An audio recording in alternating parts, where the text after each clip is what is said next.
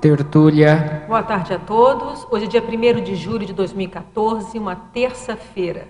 Esse é o verbete de número 3070, 5 páginas, 49 elogias, 8 máximos. O tema é Abertismo à Consciencioterapia, especialidade Ressexologia. Quem escreveu esse verbete foi a professora Kátia Aracaki.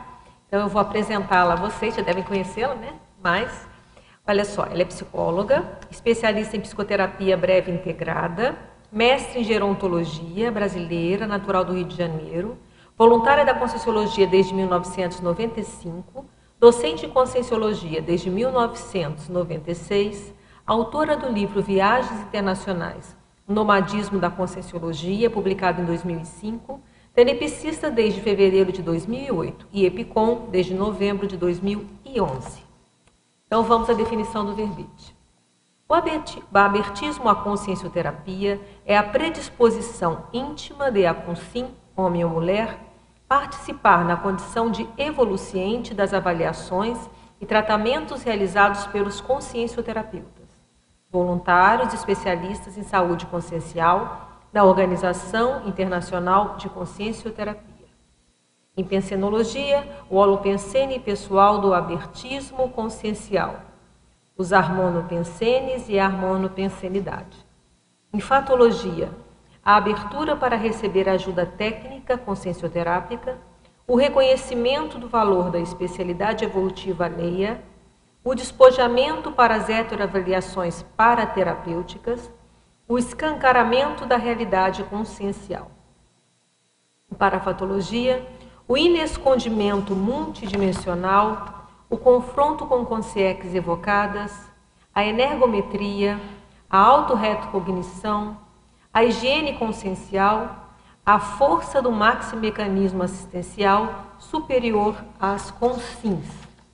Na argumentologia, nós temos uma lista aqui com 5 fatores que mostram a atuação do consciencioterapeutas diferenciados das psicologias convencionais. Em facilitadores, temos 17 posturas ou ações conscienciais facilitadoras da autoconsciencioterapia. Na remissiologia, destacamos os verbetes abertismo consciencial, autoabertismo neopensênico, conduta cosmoética, reciclagem prazerosa, saúde mental. O abertismo à consciencioterapia é a oportunidade de rever, reavaliar, reatualizar e reciclar pontos de vista, por vezes ultrapassados, deslocados e atravancadores da autoevolução. Você tem abertismo à consciencioterapia? Em caso afirmativo, quais foram os resultados dessa prática em termos de reciclagens conscienciais? Na bibliografia específica, nós temos aqui uma referência.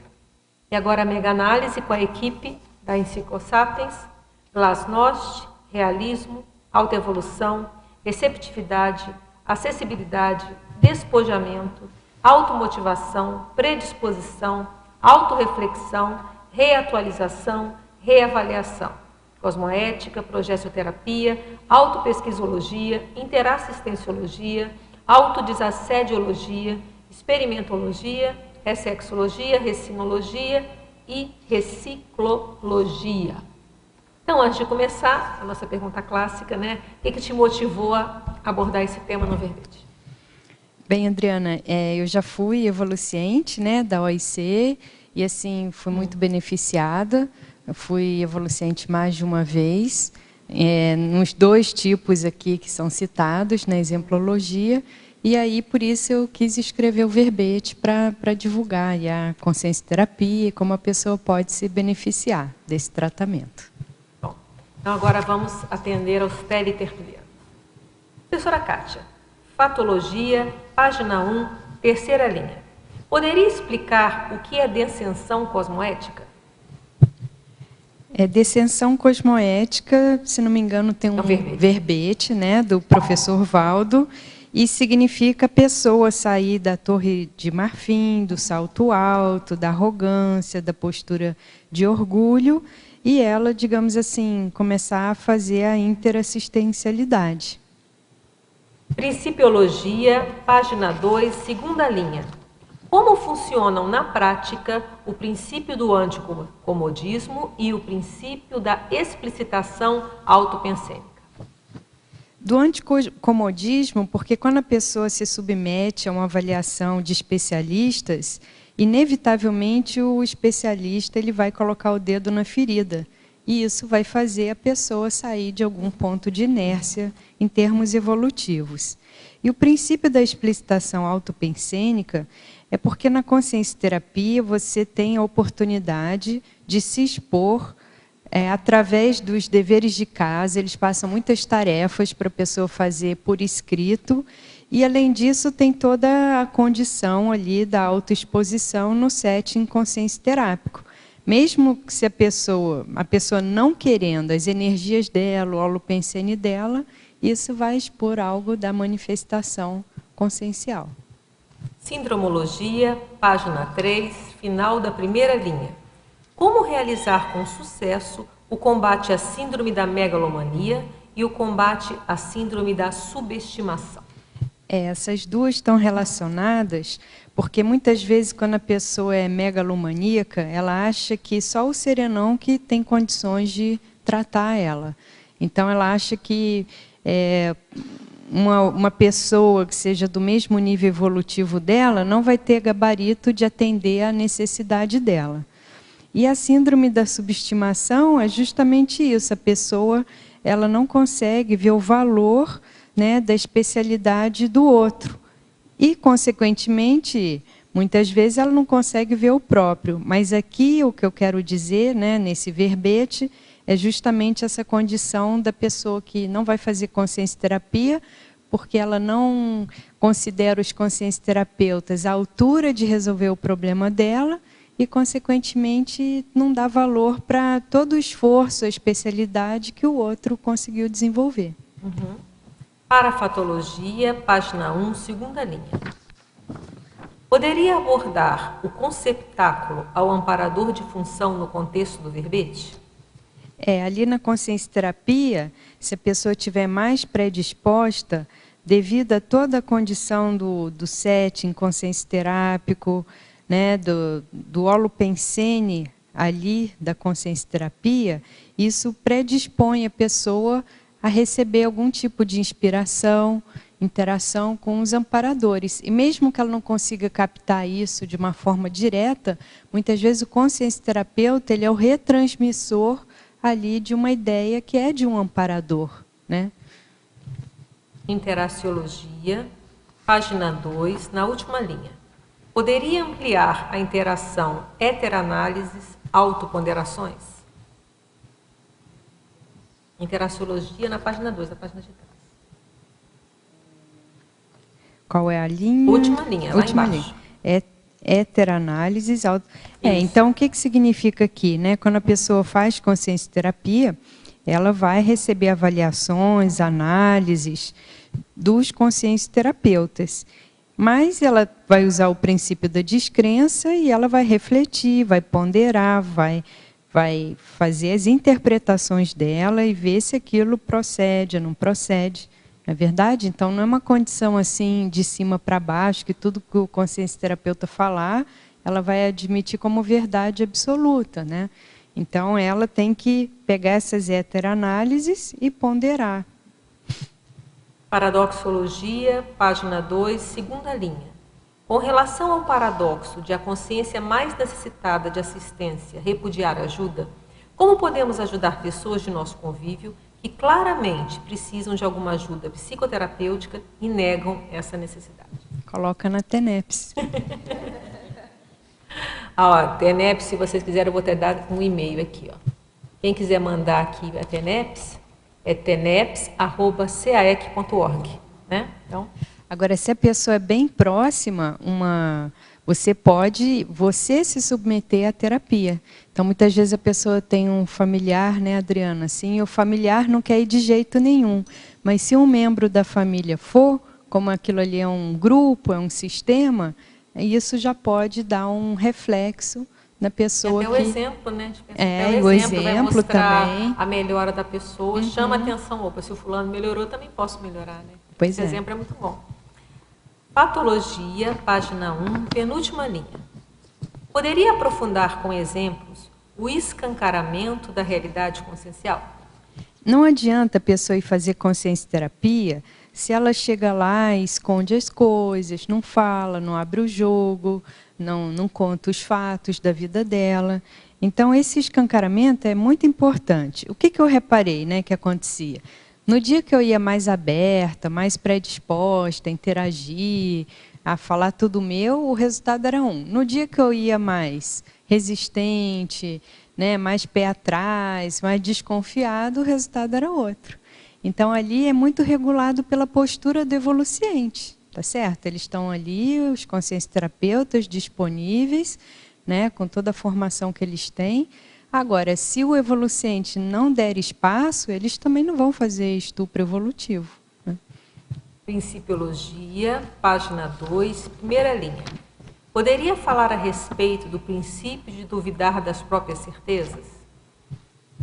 Isso daí é porque muitas vezes nós nos fixamos muito naquilo que a gente acha que é daquela forma e como se não pudesse ser questionado.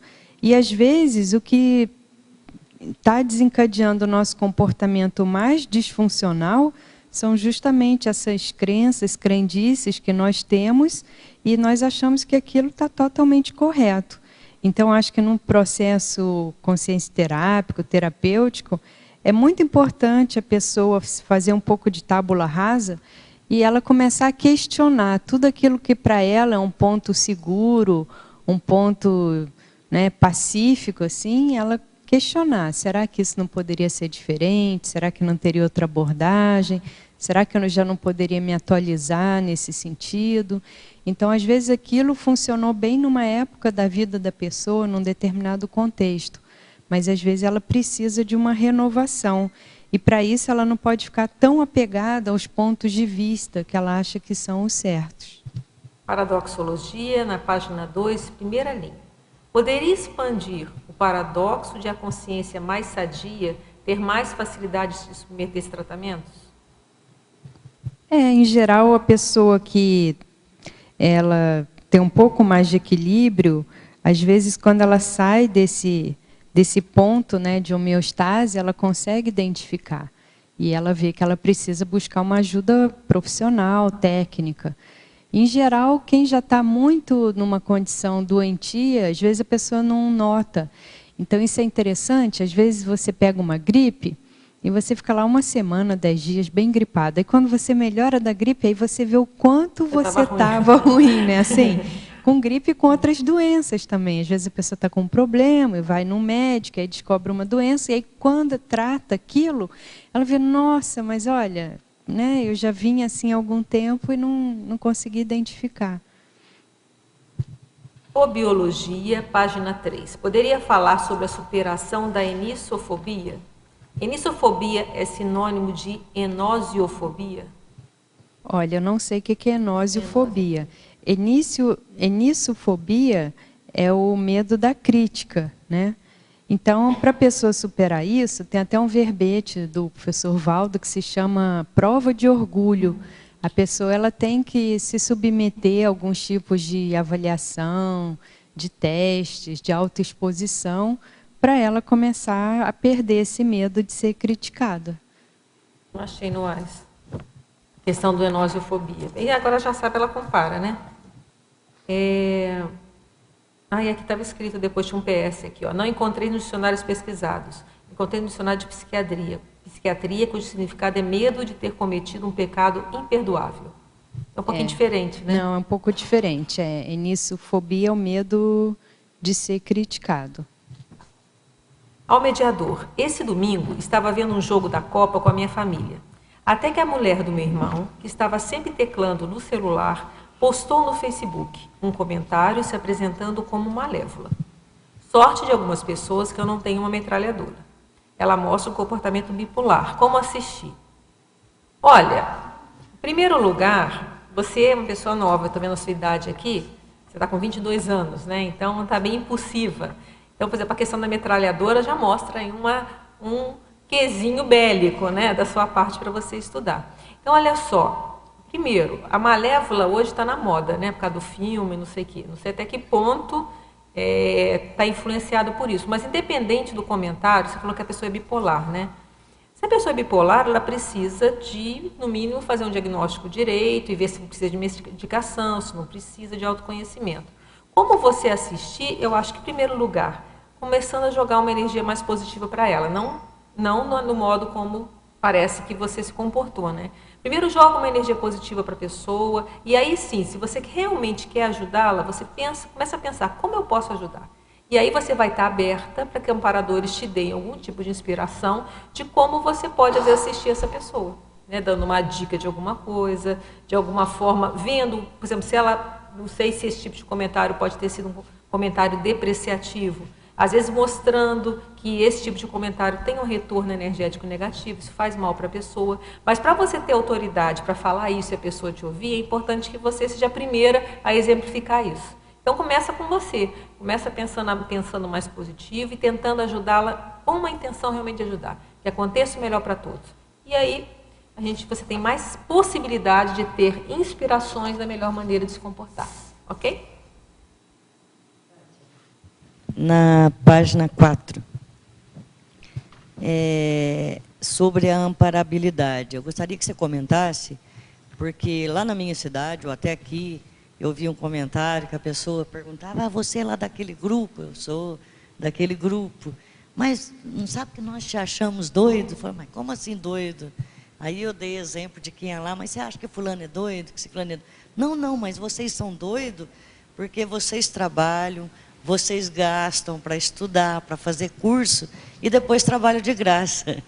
Então, só para a pessoa ter noção, né, os de fora, a amparabilidade, você poderia comentar? Na página 4. Então, aqui fala o seguinte, a ausência de ganhos monetários pela equipe de consciência terapeutas amplia sobremaneira a capacidade de isenção e o amparo de função na atividade. A gente sabe que quando entra dinheiro no meio, muitas vezes entra conflito de interesse, né?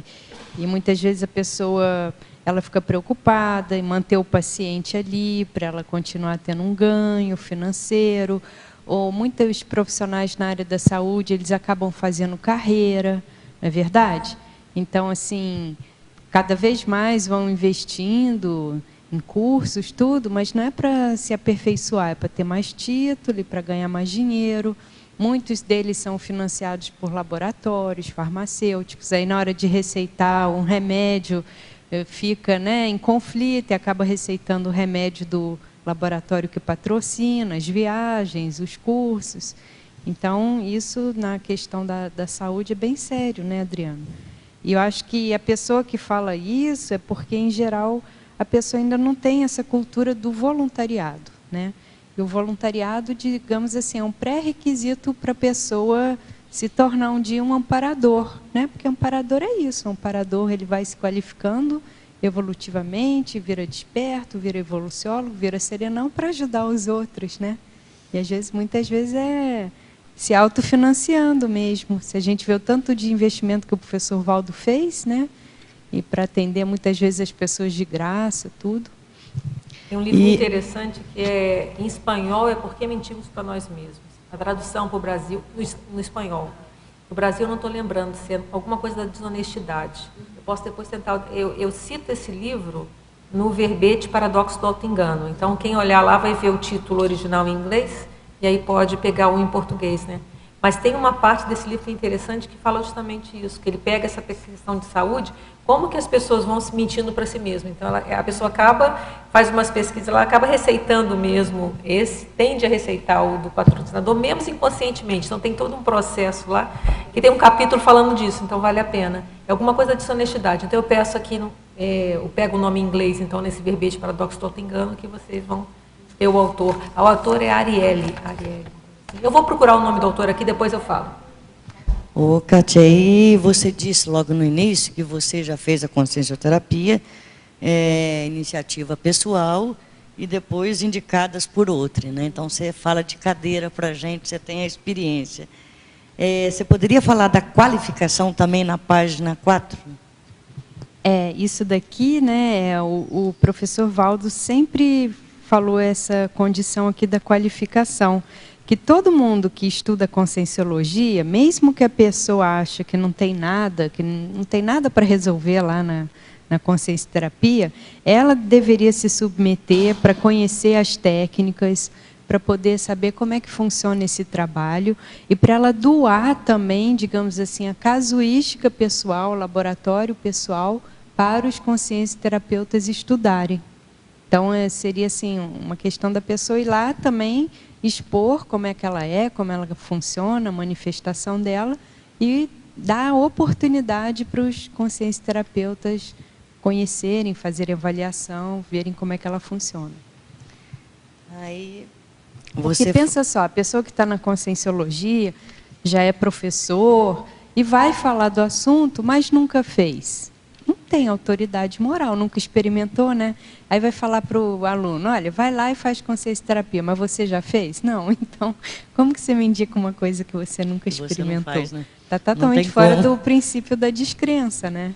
Por isso que é bom falar de cadeira, né? Quando e a pessoa ideal da consciencioterapia, acho assim, a pessoa podendo ali mais de uma vez, sempre tem alguma coisa que a gente precisa tratar, melhorar, aprofundar.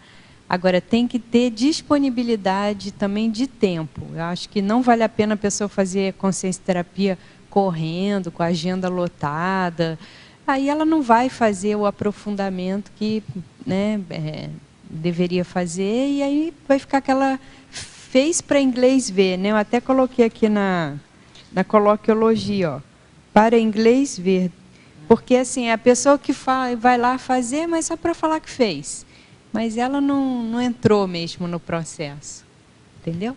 Ela não se abriu mesmo para o processo. Então, aproveitando esse gancho que você está falando, tem os facilitadores, os 17 posturas. Das 17, você poderia falar de umas 4 aqui? Da número 6, da número 11ª, 12ª, 16ª e 17ª. Tá, vamos uma de cada vez. 6, né? Despojamento. Autoexposição máxima, similar a estar diante de evoluciólogo. Então, pensa só, um dia a gente deve encontrar ou o evoluciólogo, ou o assistente do evoluciólogo, ou o assistente do evoluciólogo, não é verdade?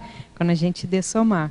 Então, eu acho que é importante a gente já começar a treinar, né, esse tipo assim, de você se expor, se colocar, como se você estivesse na frente de uma consciência mais lúcida, que se você enrolar, se você mentir, se você se autocorromper, aquilo ali vai ser totalmente identificado na hora. Muita gente, eu já ouvi muita gente falar assim, mas e se eles vazarem as informações que eu falo para fora? Aí já é um problema deles, é um problema da cosmoética do voluntário. Agora, cá para nós, o que é possível esconder multidimensionalmente?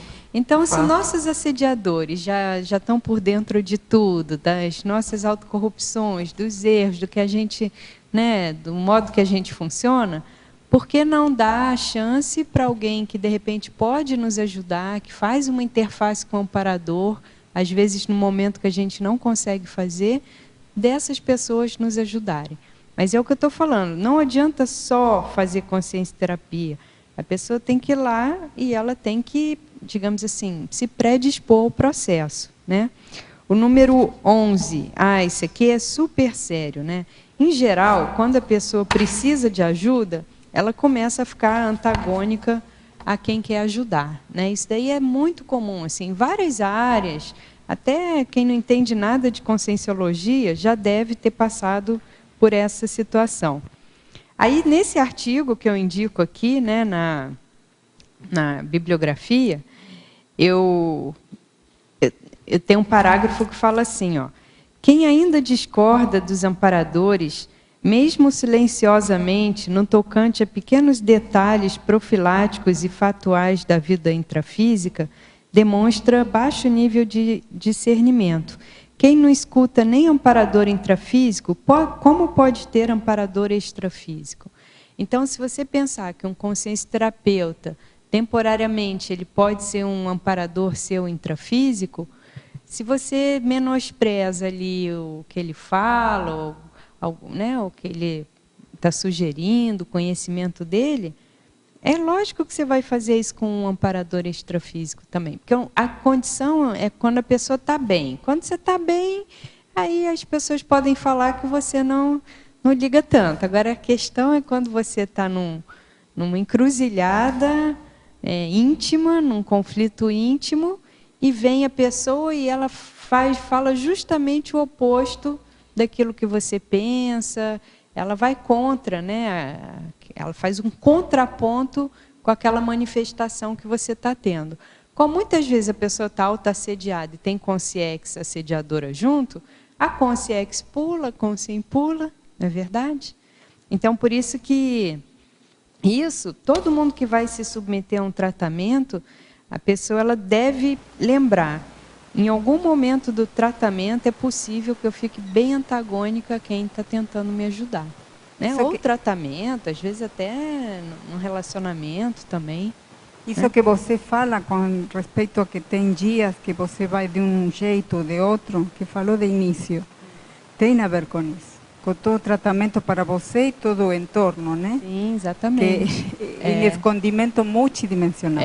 Isso que você fala do amparador, claro que sim, porque a consciencioterapia não é qualquer tipo de terapia. Se trabalha com a multidimensionalidade.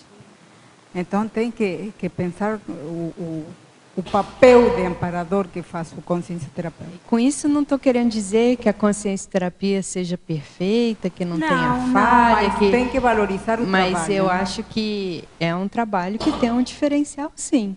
Né? Então, isso daí, tudo na vida tem as suas falhas, seus erros, né? Nada é perfeito.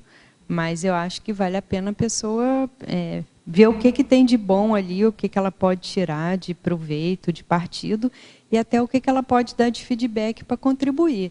Numa das vezes que eu fiz, teve uma situação lá que, assim, eu não me senti bem, e eu falei, entendeu? Eu coloquei, e foi bom, porque, assim, para eles foi bom, a situação foi acertada, a gente se entendeu melhor, eu me senti bem de expor a situação, e pude continuar no tratamento. Então, muitas vezes também acho que a pessoa vai, ela fica com alguma implicância, ou ela não gosta de alguma coisa, e ela acha que não pode falar, e não fala, ou ela também fala, mas de uma forma assim como se eles fossem obrigados a mudar e atender o pedido dela, aí também não vai funcionar. Né?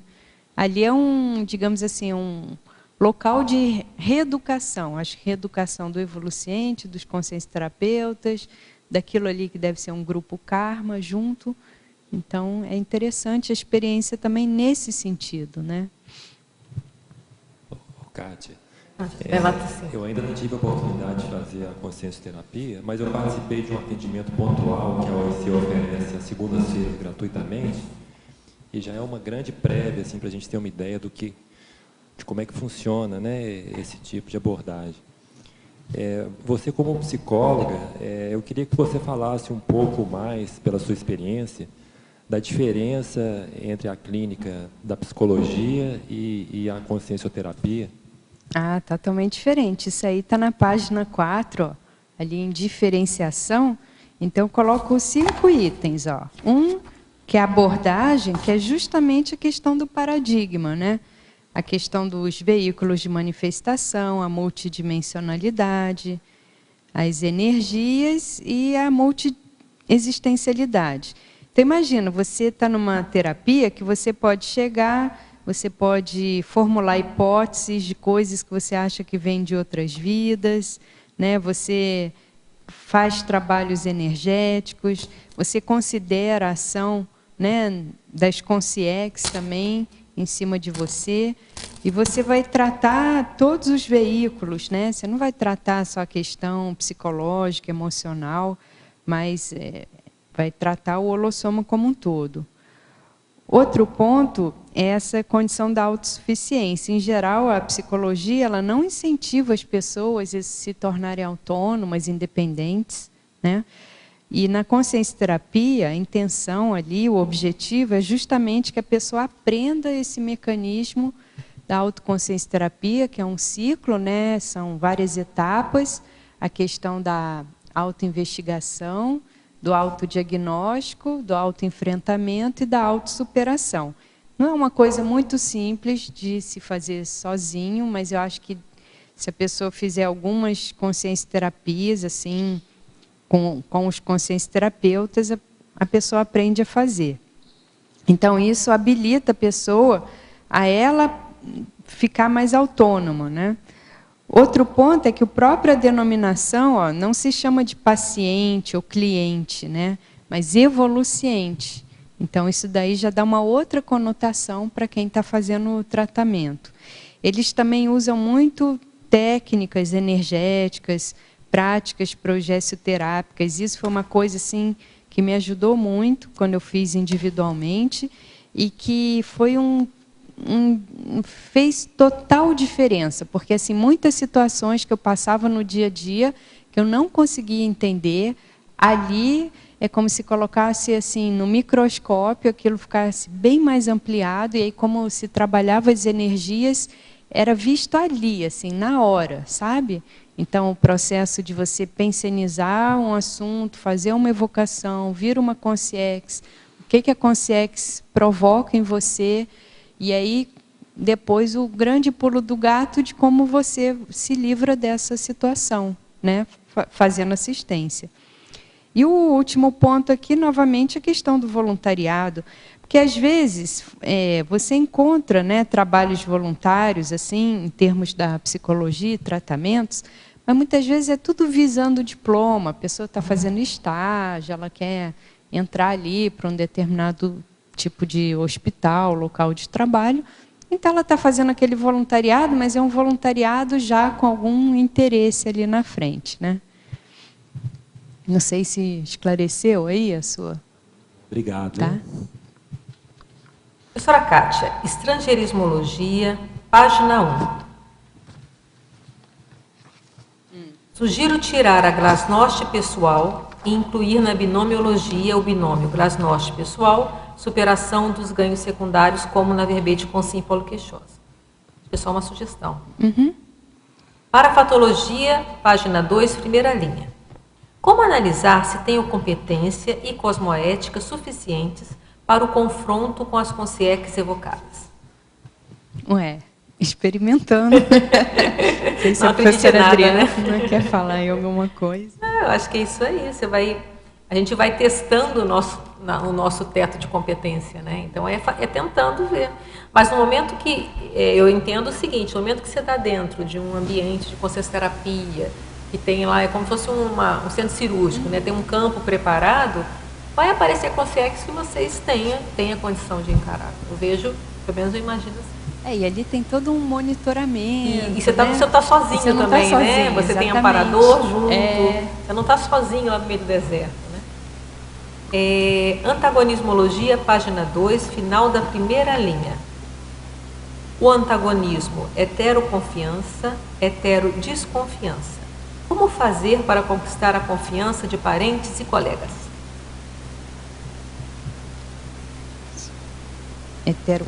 Eu acho que é você sendo coerente, não é verdade? Porque as pessoas começam a desconfiar quando você fala uma coisa e faz outra, né? Quando descobrem informações a seu respeito que você poderia ter falado e não falou. Então, eu acho que a pessoa sendo mais autêntica, mais verdadeira, mais sincera e mais coerente, isso faz ela ter a confiança alheia, né? Então, é prometer e cumprir, dar a palavra e seguir. Parapatologia, página 1, primeira linha. Gostaria que comentasse o inescondimento multidimensional. Porque esse escondimento que as pessoas em geral têm, é um escondimento intrafísico. Qualquer pessoa que tenha um pouquinho mais de sensibilidade energética, parapsíquica, ela consegue assim, rastrear muito mais o comportamento do outro, né? E multidimensionalmente, assim, para as consciências, você não esconde nada, a não ser que você já seja assim, uma consciência super gabaritada, que saiba fazer algumas manobras energéticas, mas em geral uma consciência mais evoluída, ela também já tem um nível de transparência muito maior, né? Ela é livre aberto, não tem assim o que esconder. Se ela vai esconder alguma coisa, é em benefício das outras pessoas, como o Serenão faz, né? Para não chocar, para não humilhar, para não fazer estupro evolutivo, mas não para se autodefender, não algo anticosmoético. Holoquiologia, página 1, segunda linha. Poderia comentar o não empurrar com a barriga as reciclagens? Em geral, se deixar, a pessoa tende a se acomodar, não é verdade? E ela entrar numa zona de conforto. Então, esse abertismo à consciência-terapia pode ser uma forma da pessoa assim, se colocar numa situação em que ela vai ter que se mexer, né? Qualquer tipo de avaliação, há especialistas, aqui na Conscienciologia hoje tem uma série de assessorias, de preceptorias que a pessoa pode fazer. Isso serve assim para dar um empurrão, impulsionar a pessoa naquilo que muitas vezes ela está estacionada, está parada devido a algum tipo de travão. Tecnologia, página 2. Poderia citar algumas das técnicas da reeducação consciencial continuada? A consciência-terapia é uma delas, não é verdade? A conscienciometria, que até vai ter um evento aí, uma jornada no próximo final de semana. Eu vou até falar então, aproveitar o gancho, olha, a segunda jornada internacional de conscienciometrologia vai acontecer agora do dia 4 a 6 de julho de 2014, então ainda dá tempo de vocês se inscreverem. Vai ter uma série aqui de pessoas, são muitos professores que vão trabalhar com isso. Então, é uma boa dica. Se tiver interesse, dá uma ligada aqui para informações. É o 45 2102 1460. 45 2102 1460. E a pessoa também ela pode acessar o site, né, que é www.conscius.org.br e fazer a sua inscrição por lá, porque o evento ele vai ser também online. Então a pessoa tem a possibilidade de assistir mesmo estando fora de Foz. Então essas técnicas da reeducação consciencial continuada são todas essas técnicas que a Conscienciologia oferece, né? A questão é a pessoa ela escolher a técnica que melhor lhe convém, de acordo com o seu perfil, com o seu momento evolutivo, com a necessidade, e acho que ela praticar a técnica até ela ter algum tipo de resultado.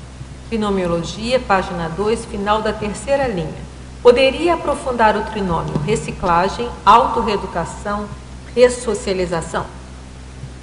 Quando a pessoa promove mudanças, né, sejam externas ou íntimas, né, que seria a recim, ela está fazendo um processo de autorreeducação, porque muitos de nós fomos educados, mas de uma forma errônea. Se a gente pensar bem na educação que nós tivemos, na família, na escola, na comunidade onde nós moramos, na cultura que fomos criados, e também a educação que nós trazemos, às vezes, de outras vidas, na paragenética, às vezes ainda tem muitos pontos anticosmoéticos, antievolutivos.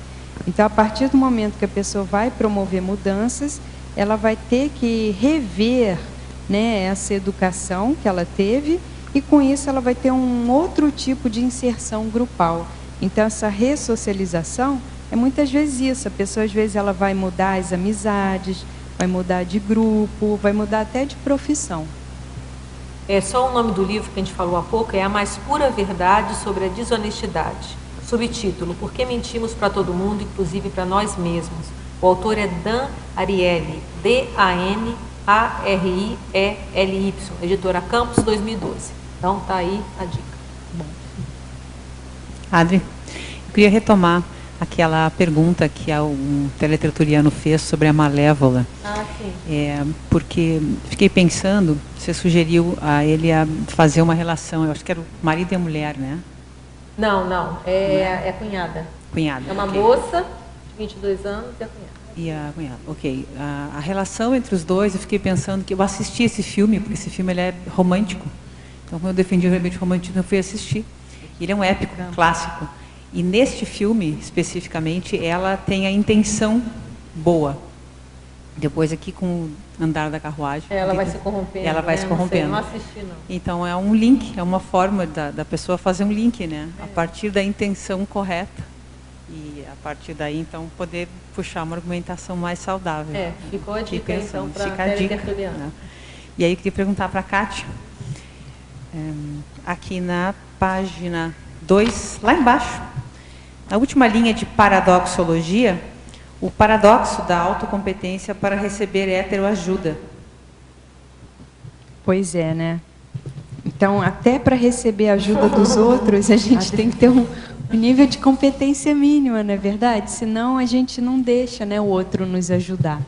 Então, isso é um problema muito sério, porque eu já ouvi até o professor Valdo falar em tertúlia que tem cidades, inclusive aqui no Brasil, que estão lotadas de amparadores ociosos, né? Então, assim, os amparadores não têm como entrar para ajudar, porque as pessoas, os profissionais lá específicos dessa cidade não deixam, tá certo? Então, eu acho isso aqui muito sério, porque isso tem relação, sabe, Fabiana, com esses itens anteriores. Isso aqui, eu acho que é uma... Até andei pensando nisso, né? A pessoa ela tem que ter um nível de autoconhecimento e de autocrítica para ela saber quando ela está indo para o abismo do autoassédio dela, entendeu? E assim, quando vai chegar naquele ponto que ela vai ficar inacessível. E acho que antes de chegar nesse ponto, ela tem que se permitir ser ajudada, ela tem que buscar ajuda. E mesmo que ela não considere as pessoas, o gabarito do outro, ela tem que se submeter ao processo, entendeu? Porque senão é uma autoderrota total, né? E depois que a pessoa já escambou, né, Adriana? Cada vez mais difícil, né? Aí fica difícil, porque aí, assim, se ela não permitir que o outro ajude, os assediadores tomam conta, entendeu? Então é uma escolha que a pessoa tem que fazer.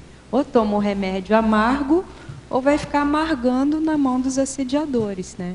E sabe-se lá por quanto tempo. Né? E até o vínculo, eu acho que também o entendimento.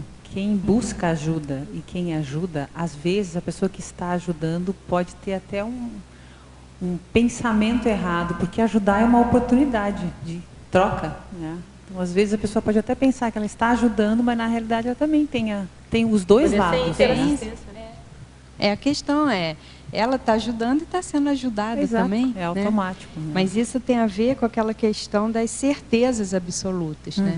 Então, por isso que em alguns momentos, todo mundo começa a falar para você, olha, achava que você devia pensar sobre isso, ó, acho que você devia considerar, né, essa abordagem, esse comportamento que você tem.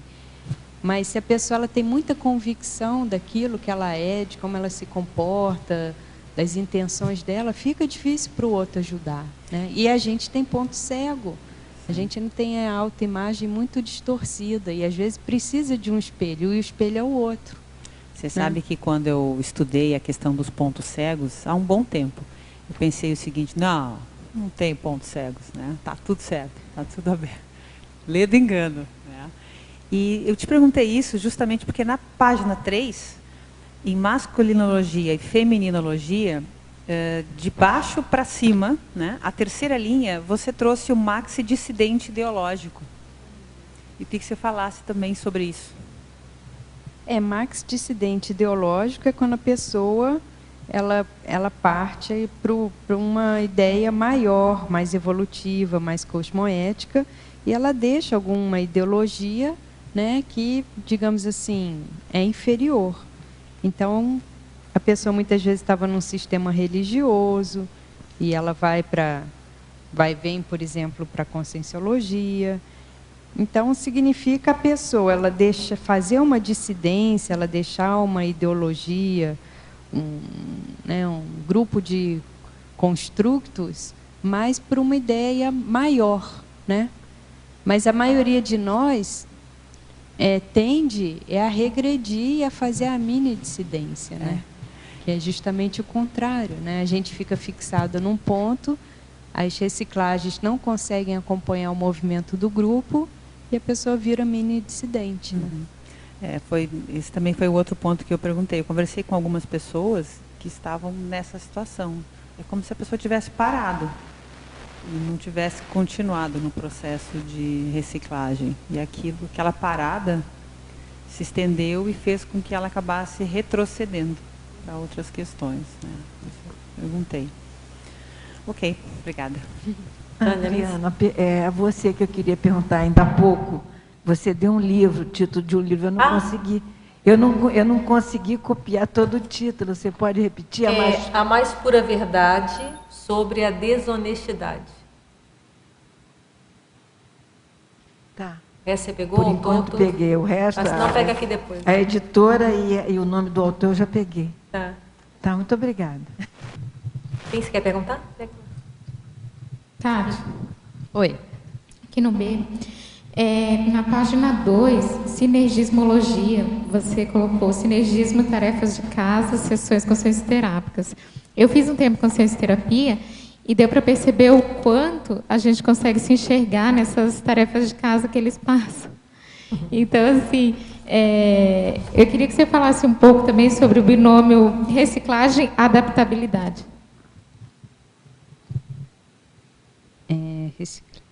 Então, isso aí são duas condições que andam juntas, né?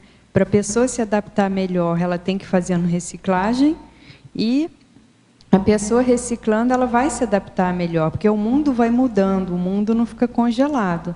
Então, se a gente fica parado, a gente não se adapta. A gente vê, por exemplo, tanto de tecnologia que está surgindo, não é verdade? Às vezes a gente tem que fazer reciclagem, umas concessões, né, professora Adriana? E se adaptar, porque senão você também fica muito assim deslocado ali no meio daquelas inovações. Então, acho que isso daí é muito importante, essa condição da reciclagem constante, permanente. Eu acho que para quem quer manter um ritmo evolutivo é muito importante.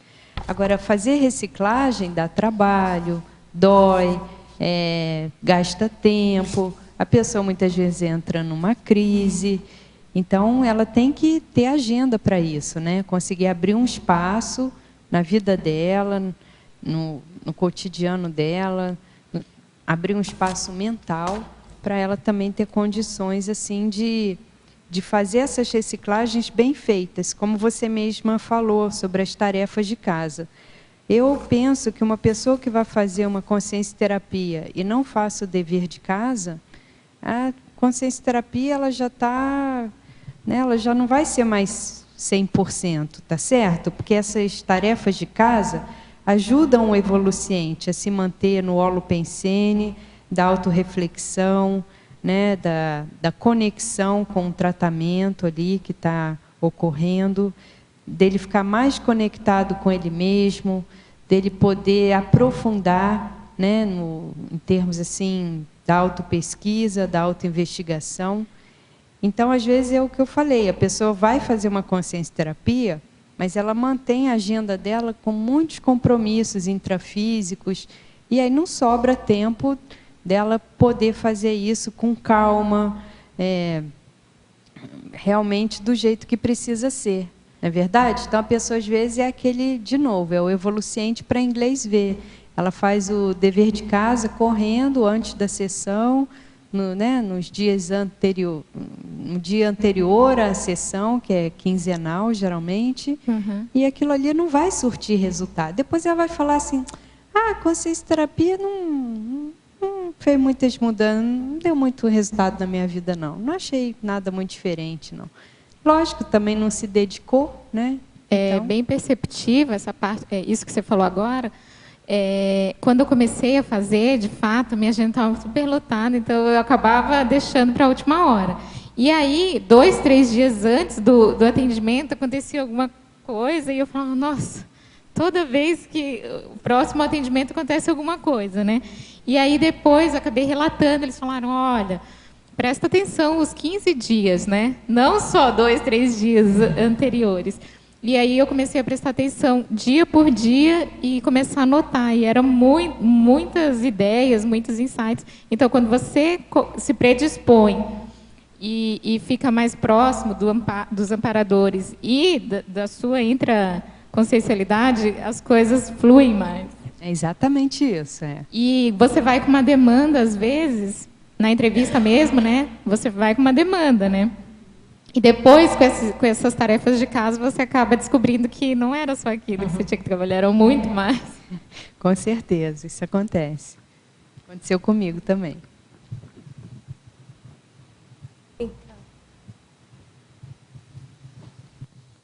Aqui, como a nossa colega estava comentando, aqui sobre a questão da max dissidente ideológico, né? Eu queria que você comentasse, por exemplo, na questão da religião, né, que tem esse problema. Inclusive, assim, aconteceu uma casuística agora há pouco, recente, né, de uma dissidente do islamismo, né, e ela ter a própria experiência de vida, né, por ter passado certas situações, e foi passado isso em rede nacional, né, e mexeu um pouco com a comunidade árabe. Assim, como que você vê essa questão? Porque você sabe onde tem o problema, tá sediando o negócio aí. O que você... Mas essas pessoas, às vezes, são justamente infiltrados, que entram ali naquele grupo e depois saem para dar o exemplo, né? Exemplo de renovação, que as coisas podem ser diferentes, que a pessoa não precisa ficar só ali. Aqui a gente tem um exemplo do professor Marcelo da Luz, né? Que já publicou o livro, onde a religião termina. Temos o exemplo também de uma max-dissidente que foi mulher bomba. Temos também outra do catolicismo. Que tem um livro dela já. A professora Reinalda Fritzen, né? Reinalda Fritzen. O nome do livro dela não me lembro. Autossuperação, alguma coisa, né? Autossuperação de alguma coisa. Autossuperação. Daqui a pouco a gente passa o nome certinho. Então, desses assim que publicaram livros. Então, acho que isso daí, cada vez mais, vai ser uma necessidade no planeta. Porque se a gente pensar, ainda é muito idiotismo cultural, ainda são muitos grupos assim ideologicamente arcaicos, né? Sim, porque tem a ver muito ainda com a questão religiosa, né? Muitos acham que não, que tem esse abertismo, que existe, mas eu acho ainda tem vários outros casos, né? No caso que foi especificamente que passou nesse domingo no Fantástico, né? Então a comunidade árabe não gostou muito, inclusive em Foz do Iguaçu houve até meus amigos, por exemplo, que são árabes, né? Não gostaram muito, perguntaram o que é isso, que reportagem é essa, denegrindo a imagem do Líbano, né? Então, assim, a questão que eles falaram, a questão tendenciosa ou maliciosa de como chama? A questão da mídia marrom, né? Que eles falam. Imprensa marrom. Imprensa marrom, isso. E, na verdade, eu não vejo bem esse lado, né? Eu vejo o lado das pessoas que passam por essas situações e tem gabarito, né? De estar falando. Eu acho assim que ninguém tem o direito, por exemplo, se for falar alguma coisa, a pessoa tem que passar pela situação que ela passou, aí sim para dar a moral, né? Para falar alguma coisa. Tem autoridade então, moral. Agora, max-dissidência em várias áreas, não é só religiosa, pode ser da academia, pode ser política, pode ser do belicismo, pode ser de uma área filosófica, familiar, né? Às vezes um grupo empresarial, familiar, né? Várias gerações, todo mundo ali naquela empresa, tudo mais. Aí um vai e quer fazer uma outra carreira, seguir uma outra profissão. Max-dissidência ali, ideológica, grupo kármico. Kátia, só para colaborar, eu não tive a oportunidade de assistir a reportagem, mas eu tenho certeza que era sobre violência doméstica. Isso, né? sobre agressões. E tem um contexto aí que vai além da religião, que vai além da questão do islamismo em si, que é a própria tendência cultural de se bater na mulher, dentro de casa, de forma implícita. Há 4 paredes, só o extrafísico vê e para inglês ver, né? Os de fora não enxergam. Isso é muito sério, vai até além, né? E isso é algo que tem que ser trazido. Também estou estudando um pouco a questão da violência e isso chama atenção especificamente, porque sempre se tende a abafar e a esconder e a fazer uma fachada. Então é bom que venha à tona isso. Porque que a gente consiga mexer com isso, porque aí começa a tá levantando poeira, né? O pessoal não está gostando muito, não. A comunidade, inclusive o consulado libanês, na entrevista ele comentou assim que realmente existe isso em qualquer lugar, em qualquer, né, qualquer religião, qualquer país, isso existe, né? Mas aí depois saiu uma outra nota falando da posição dele, que não foi bem assim, falando outra coisa, totalmente diferente. É porque aí que existe tem uma síndrome, né? Tem uma síndrome que chama-se síndrome da violência intergeracional, que é assim, o bisavô que bate na bisavó, que vai passando de geração em geração e tudo fica escondido, nada é falado. Quando você levanta a tampa da panela, claro que começa a vir um monte de coisa. Nesse ponto é muito bom. Viva, vamos mexer, né? Vamos mexer sem dizer a repressão, né? Essas mulheres ficam muito reprimidas. Então, é bem nítido. Como eu trabalho em hospital, às vezes a criancinha está lá e a mulher não abre a boca quando o marido está perto.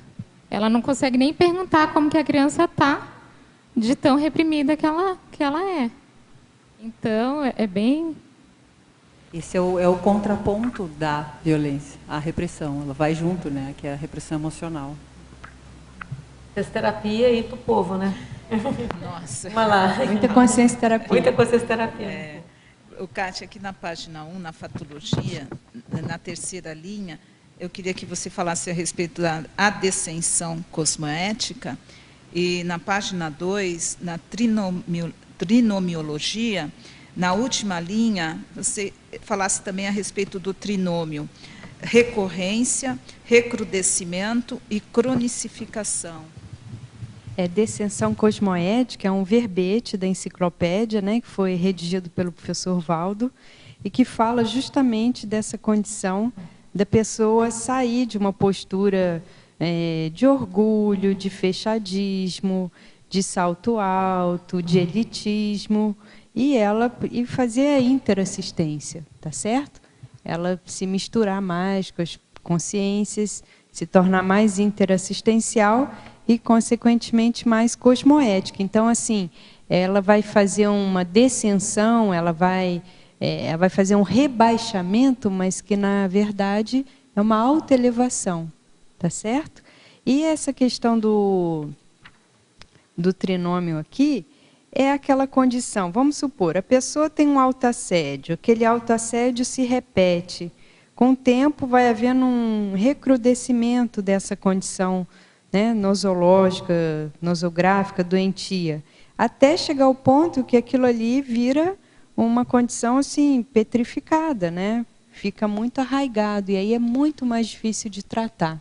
Então, em questão de saúde, a profilaxia é tudo, mas não sendo possível a antecipação do diagnóstico, né? O quanto antes se tiver um diagnóstico, melhor.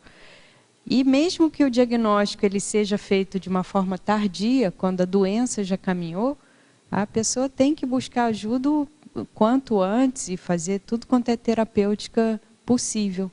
Porque pensa só, o que a gente não tratar nessa vida vai ficar para a próxima, vai ficar para outra, para outra. E será que na outra a gente vai ter a oportunidade que a gente está tendo nessa? Né? Então a gente não sabe. Então tem que aproveitar o que a gente tem hoje à mão, os recursos para se melhorar. E aquela condição, quem ainda nem desperto ainda tem muito autoassédio, ainda tem muita coisa para melhorar. Senão já seria desperto, não é verdade? Facilitadores, página 4. Poderia ampliar os itens 2, anti-autodefensividade, e 5, dedicação. Então, 2, dar amplo acesso aos consciencioterapeutas ao micro-universo consciencial íntimo. O que significa isso? Quando eles perguntarem, o evoluciente ser sincero, ele ser aberto, ele ser transparente, ele contar aquilo com detalhes, tá certo? É a questão, novamente, dos deveres de casa, ele se expor, ele fazer o trabalho com as energias, ele não entrar lá todo defendido, né, com apriorismo e já querendo a resposta que ele acha que é a correta. E o outro, qual que era? Número 5? Otimização da rotina pessoal para dedicar-se à atividade. Então, aquela condição, a pessoa ela tem que aliviar a agenda, ela tem que diminuir os compromissos intrafísicos para ela ter tempo de refletir, tempo de fazer atividades paralelas que possam ajudar, por exemplo, laboratórios, técnicas, a questão de escrever, fazer os deveres de casa, pode fazer a técnica das 5 horas de autorreflexão. Outro ponto que é muito importante é trabalhar muito com as energias, porque às vezes a pessoa passa um período assim, sendo atacada extrafisicamente, né? Porque quando vai mexer, as consciências ficam revoltadas, não querem também perder a presa. Então, a pessoa ela tem que trabalhar bastante com as energias. Então, eu acho que não é assim, vou lá, vou me inscrever na consciencioterapia e vai tudo continuar que nem eu vinha fazendo e eu fazendo consciencioterapia. Se a pessoa não tiver outra possibilidade, é economia de males, mas é a condição ideal? Não. Então, quem trabalha geralmente tem férias. Que tal você usar o seu período de férias para fazer a consciência terapia, né? Que tal tirar uma folga no trabalho e uma licença e fazer a consciência terapia? Então é isso que eu estou querendo dizer aqui. O próximo tertuliano também quer continuar em facilitadores, na página 4. Ele quer o 9, o 11 e 17. 9, intenção, 11, lucidez, 17, vontade. Então, 9 é a intenção, né? Permitir-se ser assistido e retribuir oferecendo a casuística pessoal. O primeiro passo é a pessoa agendar a consciência terapia e ser assíduo, né? Frequentar as sessões de consciência terápicas. Mas só isso não é suficiente. A pessoa ela tem que ter abertismo, ela tem que ter, digamos assim, essa predisposição para ela deixar que os outros possam ajudá-la, né? Senão é a pessoa que vai no médico, aí o médico fala assim, olha, você tem que fazer exercício físico. Aí a pessoa fala, mas exercício físico eu não tenho tempo. Olha, você tem que mudar a sua alimentação. Ah, não, mas eu como na rua, não tenho como mudar a alimentação. Olha, você teria que, né, tirar férias anuais. Ah, mas não posso, que no meu emprego não dá. Então, assim, a pessoa, tudo que é oferecido em termos de ajuda, ela rebate, ela, né, resiste, ela dá alguma justificativa. Então, mesmo que aquilo ali para você, num primeiro momento, as sugestões, as orientações, as dicas, aquilo faça você, né, pular ali nas tamancas, mas que tal experimentar, né? Então, tem que ter essa, assim, essa predisposição. Vamos tentar fazer de uma outra forma, porque se a forma como o evoluciente estava fazendo estivesse funcionando, ele não precisaria chegar lá, né? Perfeito. Professora Kátia e Adriana, como saber se temos amparadores ou guias cegos? Digo isso porque, para irmos a consciencioterapeutas, fazemos a escolha. O semelhante ocorre com amparo. São pelas nossas escolhas? É que faltaram alguns itens aqui da pergunta anterior. Ah, sim, desculpa. Né? Era número 16 e 17? Não, foi 9, 11 e 17. 9, 11. Então, 11, né? A questão da lucidez. Não ficar contra quem está tentando ajudar. Em geral, quando a pessoa está assediada, ela fica contra tudo e todos. Ela acha que o mundo está todo errado, ela é a certa, todo mundo está assediado e ninguém tem condições de ajudar, tá certo? Então, esse daí é, digamos assim, um ponto que a pessoa tem bem claro. Se ela começar a achar que está todo mundo errado, ela que está certa, e está todo mundo contra ela, né? Está assediada, faltou lucidez, e como que as pessoas vão conseguir ajudar? E número 17, saturação das automimeses patológicas e vontade de reciclar-se. Isso tem até um artigo aqui, olha, na revista Saúde Consciencial, né, que é uma revista técnica produzida pela OIC, né, por essa instituição que tem os tratamentos de consciência terapia, e tem um artigo aqui que fala o seguinte, ponto de saturação consciencial recinológico, um marcador de ações pró-enfrentamento. Então, o que acontece é que chega num ponto, né, que a pessoa ela vai ficando cansada de tanto fazer besteira, de tanto, né, se comportar de uma forma, muitas vezes, autodestrutiva, dessas repetições doentias que, muitas vezes, nós temos, não só dessa vida, mas que está enraizado nas vidas passadas. E aí a pessoa desenvolver essa vontade, essa motivação, né, para querer mudar de postura, sair do sofrimento, da doença, da moléstia, da queixa, do assédio, do autoassédio, né, da cantilena autoassediante, né, professora Adriana? Tá certo? Então vamos voltar agora, então repetindo agora. Como saber se temos amparadores ou guias cegos? Digo isso porque para irmos a consciencioterapeutas, fazemos a escolha. O semelhante ocorre com amparo. São pelas nossas escolhas? Em geral, o amparador ele vai influenciar a pessoa em escolhas mais sadias, mais equilibradas, mais homeostáticas, com certeza um assediador não vai te incentivar a ir para a consciência terapia. E com certeza quem também te segurar de qualquer tipo de tratamento não vai ser um amparador, né? Um amparador, ele não vai contra outro amparador. Quem tem essa questão de disputa de território é assediador, né? Perfeito. E guia cego, né? Guia Perfeito. cego. Acho que já está respondido, né? Vamos lá. Professora Kátia, Fatologia, página 1, terceira linha. Poderia explicar como se avaliar a capacidade de ser cobaia? Tive a oportunidade de fazer uma semana intensiva de consciência terapia, essa pessoa é de Madrid, tá? E foi de ajuda considerável. No entanto, senti que não aproveitei tanto pela ansiedade que estava de estar ali. Como podemos nos preparar para que essa semana seja mais educativa? Olha, uma outra atividade que valeria a pena você fazer são as atividades da Conscius, de conscienciometria. Como você mora fora do país, eles têm cursos à distância, né? Eles têm um curso que é o Conscienciograma Sem Drama, né? No formato EAD, e que o objetivo é ajudar a pessoa a responder o conscienciograma.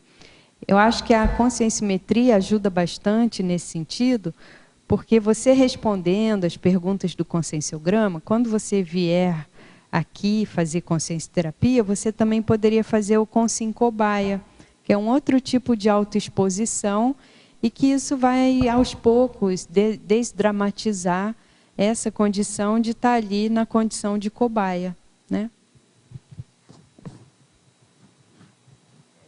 Kátia, em Principiologia, na página 2. O princípio de duvidar das próprias certezas. Aqui, Maria Luísa, é o seguinte, se você acha que você está sempre certa, vai ser muito difícil você dar espaço para o outro ajudar. Vai ser muito difícil você escutar o que as outras pessoas têm a dizer a seu respeito, né?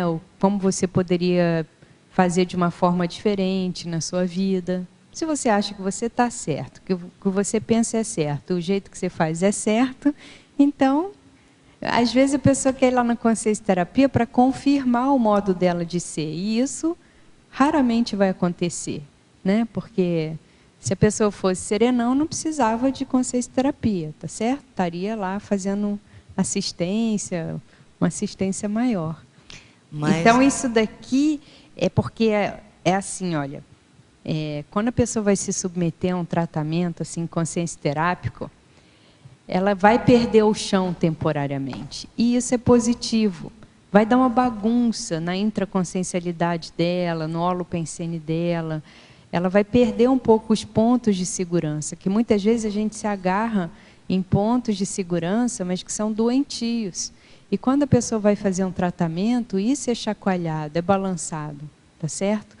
E aí a pessoa ela fica um pouco assim em suspensão, no ar, ela perde o rumo. É aquilo que o professor Valdo fala, que perde o caminho de casa. A pessoa que já tomou uma boa impactoterapia do professor Valdo, ela fica nessa condição, né? Tudo que você achava que sabia, você vê que não sabe mais. Tudo que, né, você fazia e achava ótimo, você vê que não é bem mais assim. E as pessoas, elas têm dificuldade com isso, né? Elas têm dificuldade assim de ficarem temporariamente desnorteadas, mas por uma boa causa. E isso, se a pessoa aprofundar num processo terapêutico, vai acontecer, que é justamente essa balança as estruturas ali, né, do que ela pensa, do modo dela de ser, de viver. E isso aconteceu um episódio aqui comigo uma vez, já fazendo um ano, foi no ano passado. E eu duvidei das minhas próprias certezas, né? E fiquei uma semana sofrendo, entrando em autoassédio, chegando num assédio. Aí uma pessoa daqui, na época, por que você não fala com o professor Valdo? Eu falei, mas o professor Valdo, na época, ele atendia lá embaixo. Eu falei, vai demorar ainda, mas eu espero. Aí eu procurei consciencioterapia, não tinha vaga. A Conscien Cobaia também não tem. Eu falei, o jeito é esperar. Aí me sugeriram para perguntar na mini dinâmica. Aí eu fiz uma pergunta, levou tempo para fazer, ensaiei 3 vezes, não consegui fazer. Na quarta levantei a mão e fiz a pergunta. Aí ele deu a resposta, só que nessa incerteza que eu estava, com a resposta que ele me deu, ele tirou 40 quilos das minhas costas.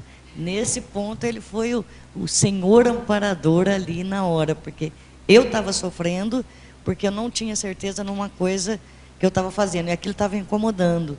Sabe quando incomoda, que você fala, pô, se está incomodando, alguma coisa está pegando. Mas por que está pegando?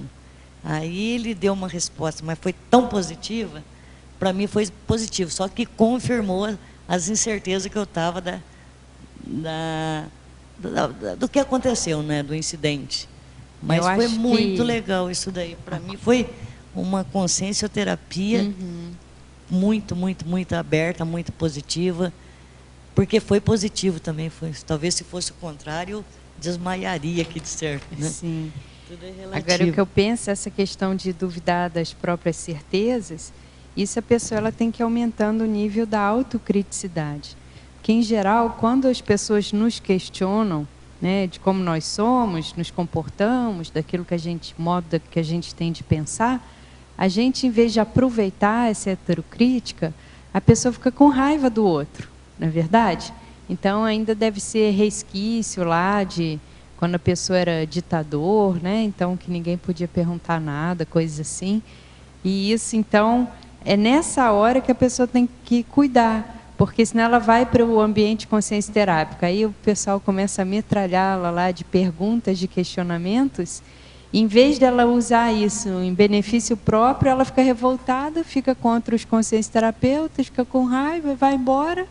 Aí pronto, aí perdeu o serviço, né? Perdeu a oportunidade. Pele Tertuliano está passando o nome aqui do livro da Reinalda, agradeço, né? Caminhos da Autossuperação, Relato da Maxi-Dissidência Ideológica, Reinalda Fritzen, foi publicado pela Editares 2013. Então, obrigada aí ao colega, né? Tem uma pergunta aqui para a Kátia Adriana. Quando eu tinha 8 anos, fui abusada por meu irmão. O que vocês podem me orientar? Estou com 33. Eu acho que vale a pena você fazer consciencioterapia, né? Isso daí, muitas vezes, marca muita pessoa, né? Infância, questão da sexualidade, processo de grupo karma. E a consciencioterapia pode te ajudar, te fortalecer e até mesmo te ensinar como você pode fazer interassistência para ele, né? É interessante que existe até, aqui não está dizendo de onde que ela é, né? Então, tem a modalidade que é intensiva, né, que é 5 dias seguidos, né? E tem até em outras cidades também. Então, o ideal é que você entre em contato com a OIC, você entra no site da OIC, né? Já tem em São Paulo, né? Então, você dá uma ligada para a OIC e vê a questão aí, vê no site, né? Que aí vai ter o telefone, tudo certinho. Eu acho que eu tenho o telefone aqui da OIC. Que mas deve eu não vou ter... ó. Aqui, não, tem aqui, ó. Tem aí? Olha, tem aqui o prefixo é 45, acabei de pegar junto. 3025 1402. E tem um número de agendamento, caso você queira agendar, que é o 45 9921 6664. Então, 99 21 6664. Lembra que o prefixo é 45. E 45 99 21 6566. 99 21 6566. Que aí você vai poder até ter o tipo de orientação bem específica para a sua questão, né? Você vai poder abrir a questão e aí eles vão poder te ajudar a você superar essa condição, né? E ver o que você vai fazer com isso, né? Kátia. Adriana, posso falar um pouquinho sobre a violência doméstica também? Só um pouquinho, retificando, é 3025 1404. 1404. DDD 45. 3025 1404. 1404. O meu tá certo, então só assim. Isso aí. E tem o site também, que tem lá a programação dos cursos, outras atividades, né? Que pode, dependendo de onde você mora, em São Paulo tem atendimentos também. Mas é legal você falar direto com eles, que aí você já vai ver a sua possibilidade. Tem o curso Saúde Consciencial. A gente vê que aí você vai ter um atendimento personalizado para você superar essa questão aí. Tá bom? Um diferencial, até em cima da pergunta, né, que o colega havia feito, é que a abordagem toda da consciencioterapia é uma abordagem da evolução. Então, isso dá uma outra compreensão de situações traumáticas, né, de vivências que nós, porventura, tivemos na vida. E isso ajuda na questão do autodesassédio. Quando a pessoa ela vê uma abordagem mais ampla, mais evolutiva, mais cosmoética, ela entende o que se passou, quais foram os fatores, o que tem a ver com o que tem a ver com as outras vidas, com a condição consciencial própria. E isso daí ajuda a pessoa também a dar um outro rumo, não é verdade? Porque tudo que nos ocorre nos diz respeito. Então, o que é que a gente precisa fazer diferente, pensar diferente, para também ter resultados diferentes na vida? Aproveitando o gancho aí, Kátia, em crescendologia, ou crescendo, solilóquios conflitivos, autoexposição aliviadora. Isso daqui é muito interessante, porque às vezes a pessoa ela passa por uma situação e ela fica anos, né, com aquilo na cabeça, e de uma forma mal parada, de uma forma que só vai aumentando o nível de conflito íntimo que a pessoa tem. E só essa condição dela chegar num setting consciência terápico ali, né, junto dos consciência terapeutas, e todo o holopensene que é ali propiciado em termos de saúde, de amparo, de interassistência, e ela falar daquilo que ocorreu, isso daí já dá uma boa remissão, muitas vezes, dessa pressão que a pessoa às vezes tem, porque não tinha com quem falar, na época, né, não teve como abrir o caso, não teve como se tratar, mas aquilo ali ficou engavetado, mas de uma forma bolorenta, né? E você fala aqui também na antagonismologia, o último antagonismo, o antagonismo defesa patológica, liberdade interior. Então, isso daí é a condição. Enquanto a pessoa ainda é muito assediada, ela ainda tem muita defesa patológica, né? Muito mecanismo ainda regressivo, assim, na forma de se defender. E o contrário disso vai ser justamente quando a pessoa ela deixa essas defesas e ela, com isso, vai ganhar essa liberdade interior, seria essa intraconsciencialidade mais, digamos assim, homeostática, mais equilibrada, menos embagulhada, com menos bagulhos pensênicos, né, intraconscienciais. Dani. Kátia. Oi. Na sinergismologia, o sinergismo na segunda linha, autossinceridade, reciclagem, você podia desenvolver? Aqui, Tânia, justamente a pessoa ter uma postura da anti-incorruptibilidade. Não é verdade? Então, até esse livro aí que a professora Adriana estava falando, né? Então, antes de nós enganarmos as outras pessoas, nós estamos enganando a nós mesmos, né? Então, como que a gente vai fazer uma mudança se a gente nem consegue admitir para si próprio que precisa mudar, que tem um trafar, que tem um comportamento disfuncional, não é verdade? Agora, quanto mais a pessoa ela vai ficando mais autêntica, mais auto-incorrupta, mais sincera, mais autocosmoética, mais ela vai acelerando essa questão das reciclagens. E a produtividade na ProEx, na vida, a produtividade interassistencial, ela depende muito disso, né? Porque o nível, assim, o nível de exigência da assistência vai aumentando. E se a pessoa não se recicla, se ela não provoca essas mudanças conscienciais, ela não consegue acompanhar. Ela fica estagnada num determinado patamar. Isso a gente pode ver muito bem na TENEPS, não é verdade? A TENEPS, se a pessoa ela não vai, digamos assim, fazendo as reciclagens, a TENEPS fica amortecida, fica morna, fica paradona, parece que nada está acontecendo. Agora, extrapola isso para a questão evolutiva, é a mesma coisa, né? É se levar a sério, né? Se levar a sério, Tânia. Você está rindo, né? No primeiro ECP1 que eu fiz foi com você, Kátia. E aí no finalzinho, no último dia, você perguntou isso para mim. Você sabe essa pergunta? Se levar a sério virou um mantra para mim. Você sempre me lembra dessa situação. Eu acho interessante isso. Guardou, né? Uma fofa. Ficou um mantra. Mas será Tânia, que fui eu que falei ou será que eu só retransmiti o recado? Eu acho que você... Eu sei que você falou, quando eu estava dizendo alguma coisa... A minha boca falou, né? Mas de onde veio a mensagem? Quem mandou a mensagem? Essa mensagem, de vez em quando, ela chega para mim de novo. Tânia, você está se levando a sério? Você está se levando a sério. Muito obrigada. Muito obrigada também pela explicação. Porque isso que é interessante, né? Um fato que eu achei muito interessante na consciência terapia é que eles se revezam, né? E quando eu fiz uma das vezes, eu acho que eu tive uns 8 consciência terapeutas diferentes. E o que eu achava interessante é que era o fio da meada de uma sessão para outra, independente de serem os mesmos consciência terapeutas ou não, aquilo não saía do trilho. Tinha um continuismo. E eu comecei a ver assim, gente, se essas pessoas elas gravassem sessões, todo mundo ouvisse a sessão, se eles conversassem sobre tudo que foi falado aqui, não daria para ter esse continuismo como tem.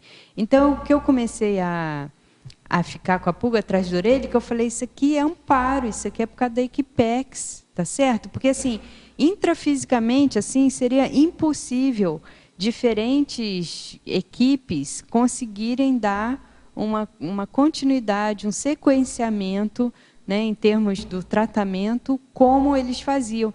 Então, era assim, era como se eu tivesse sempre conversado com as mesmas pessoas, mas não tinha sido, eram pessoas diferentes. Então, como que podia manter aquele fio da meada se os consciencioterapeutas muitas vezes eram trocados? Então, isso foi assim, um ponto que me chamou muita atenção, e eu até coloquei nesse artigo aí que eu, né, falo sobre, do mesmo tema do verbete, que foi publicado na Consciência, porque aí você vê essa condição do amparo que tem por trás, da questão da equipe extrafísica interagindo com a equipe intrafísica, e o que eu coloco aqui também na parafatologia, no último item da parafatologia, na página 2, a força do max mecanismo assistencial superior às consins. Então, aquela história, se a pessoa ela não admite o gabarito dos consciencioterapeutas, que ela pelo menos admita o gabarito da equipe extrafísica, né, dos amparadores, que atuam ali através deles. Então, muitas vezes a pessoa vai num curso, ela vai numa atividade conscienciológica, e ela acha que quem falou foi o professor, quem falou foi o autor, quem falou foi o consciencioterapeuta, ou aqui mesmo, até no cenário que a gente está, o verbetógrafo. E às vezes não foi. Aquela pessoa pode ter sido porta-voz de um amparador que o telespectador, o evoluciente, o aluno, né, quem está ali passando por aquela situação, precisava ouvir. Isso que a Kátia está falando é muito sério, porque eu também passei por essa experiência de mudar os consciencioterapeutas, e aí eu ficava me perguntando, nossa, mas ele nem me conhece, não sabe da minha história, e está falando tudo isso. E, realmente, não tem como a gente esquecer a equipe extrafísica, porque talvez, se não fosse aquele consciencioterapeuta que trocou, o outro que estava antes não ia te falar, não ia ser tão pontual. Então, é um continuismo muito, muito bom, muito esclarecedor. Essa troca encaixa perfeitamente. É interessante que as pessoas elas são muito presas, né, a pessoas específicas. Então, quando chega na consciencioterapia, não pode escolher quem vai ser o seu consciencioterapeuta, né? Uhum. Tem uma escala ali e a pessoa vai, né, cair com... Isso aí já faz parte, eu acho que das sincronicidades, tudo. E se o consciencioterapeuta ele tiver, digamos assim, algum ponto conflitivo com a história do evoluciente, esse consciencioterapeuta ele é trocado também, né? Isso daí eu já vi acontecer. Então, é tudo muito interessante, eu acho que é uma experiência assim, que vale a pena a pessoa ter para conhecer, para ver como é que é, e não acredite em nada, tenha suas próprias vivências, né? Eu estou falando aqui como uma experimentadora, mas cada um funciona de um jeito, cada um tem um link, um rapport, uma interação, né? Kátia, aqui no ar, Oi. Eu fiquei um pouco curiosa em relação à história da consciencioterapia. Como foi que surgiu esse tipo de serviço aqui na conscienciologia? Olha, Pilar é uma das primeironas lá. Isso daí é uma longa história. Eu acho que vale a pena você pegar os anais, né, que já teve de eventos, porque em alguns deles fala desse histórico. E eu não participei diretamente, então eu não sei te falar, mas é alguma coisa bem antiga, né? Antes era Nike. Eu também, quando eu entrei, já estava também em andamento. Deve ter algum artigo, eu não sei se tem algum artigo dizendo. Você já leu alguma coisa dizendo essa história? Mas é interessante você ver com o próprio pessoal de lá, os mais antigos. É o professor Francisco Carvalho. Ele é um dos primeirões também. Ele pode te ajudar também. Bom?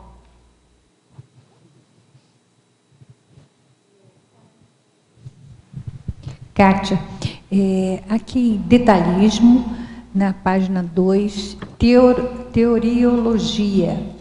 Podia ampliar um pouquinho a teoria da consciencioterapia e a teoria da autocura?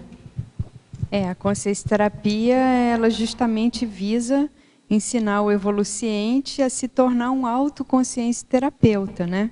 Então, existem uma série de técnicas assim que eles ensinam, tanto na consciencioterapia em si, quanto em outros cursos, para ajudar a pessoa a chegar nessa possibilidade dela mesma fazer aquelas etapas da consciencioterapia. E aí existe um princípio da conscienciologia que é ninguém cura ninguém, né? A própria pessoa se autocura. Daí a importância desse abertismo para se submeter a tratamento, se submeter a heteroavaliações, se permitir ser ajudado por outras pessoas. Porque tem muita gente que acha assim, não, mas se eu fizer isso, eu vou estar colocando o meu poder pessoal, o controle da minha vida na mão do outro. Não vai estar, porque se você não quiser, pode chegar o serenão do seu lado e falar coisas para você, jogar as melhores energias em cima de você, que você não vai mudar. Então, por isso que é essa teoria da autocura, que só a própria consciência é que ela é capaz de fazer a remissão das autopatologias. Ok, obrigada. Na página 3, daria para você falar um pouco a respeito desses 3 mitos na mitologia? A privação do mito da infalibilidade, a eliminação do mito da independência interconsciencial, a evitação do mito da autoperfeição e da incompetência alheia. Então, o primeiro é justamente a pessoa não achar que tanto ela é infalível e que não precisa de ninguém, não precisa de ajuda, quanto também que o consciencioterapeuta não possa falhar. Ele é um ser humano, ele também é uma consciência em evolução, é uma instituição que está em desenvolvimento, em crescimento, então isso pode acontecer. Então a pessoa não pode ir lá achando que vai encontrar serenões e consciências livres e que o método vai ser perfeito e que vai tudo ser lindo e maravilhoso, entendeu? Então essa é a questão do mito da infalibilidade, né? O mito da independência interconsciencial é a pessoa que ela acha que ela não precisa de ninguém, que ela resolve tudo sozinha, que ela é autossuficiente, né? E nós ainda temos um nível muito grande de interdependência ou de dependência, né? Porque essa interdependência, a pessoa já deveria ser mais autônoma, né? Então, o que eu vejo é muitas vezes a pessoa oscilar entre um nível de independência e um nível de dependência. Agora, o mais importante é a pessoa desenvolver essa autossuficiência para ela conseguir viver mais na interdependência, né? Ela tem assim condições de cuidar de si, mas ela consegue viver em grupo, trocar em grupo e ajudar e ser ajudada dentro da necessidade. E a evitação do mito da autoperfeição e da incompetência alheia, isso tem um pouco a ver com aquela síndrome da megalomania, da pessoa que ela acha que ela, assim, ela não precisa de ninguém, ou só o serenão e consciência livre que dão conta do caso dela, tá certo? Então ela se coloca numa condição assim muito acima, né, do nível que ela de fato tem, e ela tende a menosprezar a competência, o gabarito, a especialização alheia, né? Porque assim, por mais que a pessoa às vezes seja boa numa área, ela não é boa em todas as áreas, né? E, às vezes, numa determinada situação, ela tem que saber, digamos assim, acatar a posição alheia de alguém que tem mais competência do que ela naquele setor.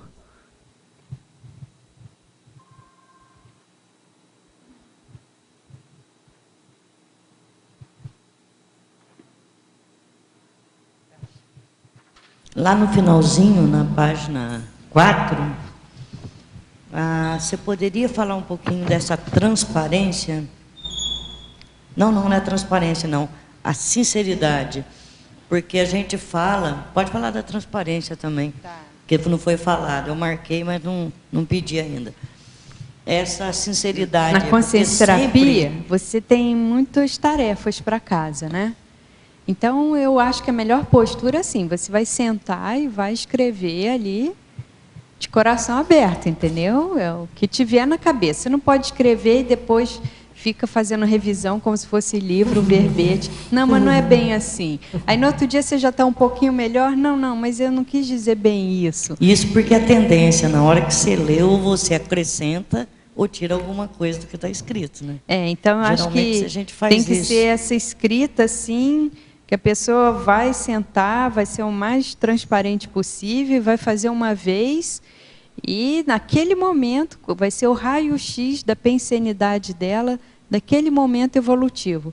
Se 1 minuto depois que ela acabou o relatório, ela está melhor, porque muitas vezes vai estar mais aliviada, muitas vezes já tem uma outra compreensão, porque colocou no papel toda aquela pensenidade que antes, né, não estava tão explicitada, mas ela vai levar a versão original das tarefas de casa, sabe? Isso é interessante. Não vai pôr muita maquiagem, não, vai de cara lavada. Alô, Kátia? Oi. Aqui na página 4... Janete? Você por aqui? Tudo bem? Surgi, apareci. Na página 4, aqui o item amparalidade. Você explica melhor isso aí para mim? Para nós, por favor. Aqui, né, Janete, é o seguinte, é que quando não entra dinheiro no meio, metade do assédio já fica de fora, não é verdade? Agora, pensa na área da saúde, que hoje está virando a indústria da saúde, não é verdade? Então, os pacientes, na verdade, viram clientes. O paciente é quem faz o médico enriquecer, o psicólogo enriquecer. A gente vê isso muito em clínica, né? Tem que ter muita ética profissional, porque senão a tendência é do profissional ficar segurando o paciente, não é verdade? E aí tem toda a questão também da indústria farmacêutica. Então, acho que quando tira o dinheiro, entra mais amparo e a pessoa fica mais isenta, porque ela não vai ter nenhum tipo de conflito de interesse no sentido dos ganhos pessoais financeiros. Tá certo? Não sei se ficou claro. Sim, porque eu tive uma fase da minha vida que eu fui voluntária no agendamento da consciencioterapia. E eu lembro desta ocasião, ainda era na época que se chamava o Nike, no Rio de Janeiro. Em 2001. Era uma seção do IPC, era um departamento do IPC. Exatamente. Então, o que eu lembrei, que eu fiz essa pergunta para eu poder entender melhor aqui toda essa questão. Porque a consciencioterapia, no caso, ela é cobrada, né? Ela tem um valor. Agora, em alguns casos, alguns evolucientes, às vezes eles tinham até um desconto, ou eles poderiam fazer de uma forma que não onerasse. E às vezes, dessa forma mesmo, ele ainda se mostrava um tanto resistente, às vezes, em fazer o tratamento, o processo da autoconsciencioterapia ou da consciencioterapia.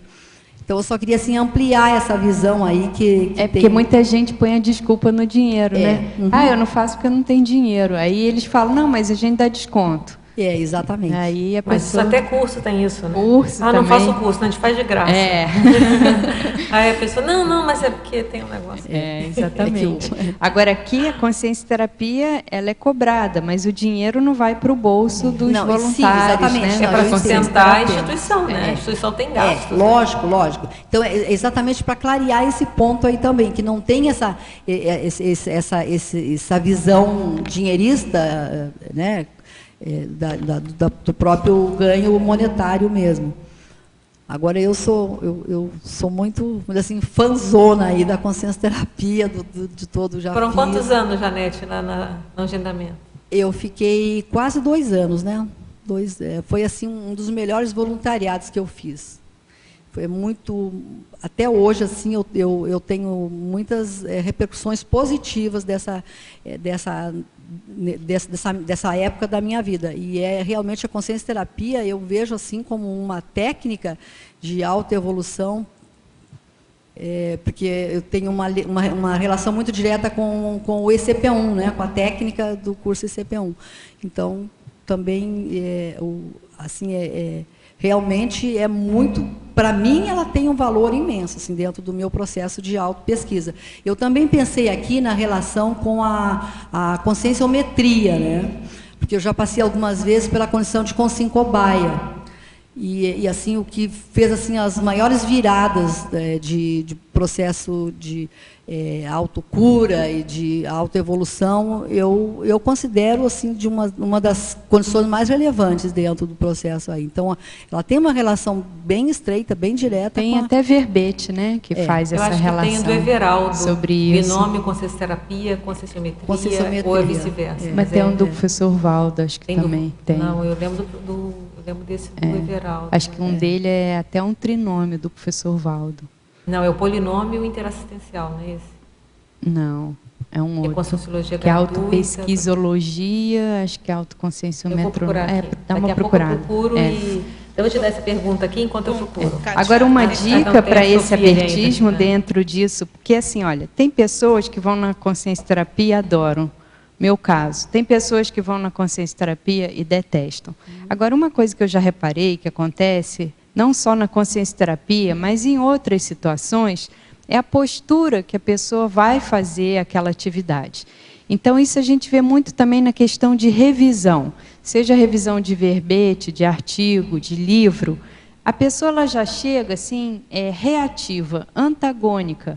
Então, a tendência daquilo ali já não ser uma experiência tão boa é grande. É a mesma coisa da pessoa que ela vai brincar com o cachorro, já achando que o cachorro vai morder, entendeu? Então, ela mesmo cria uma auto-hipnose, uma crendice, e às vezes o cachorro já pega e morde mesmo, né?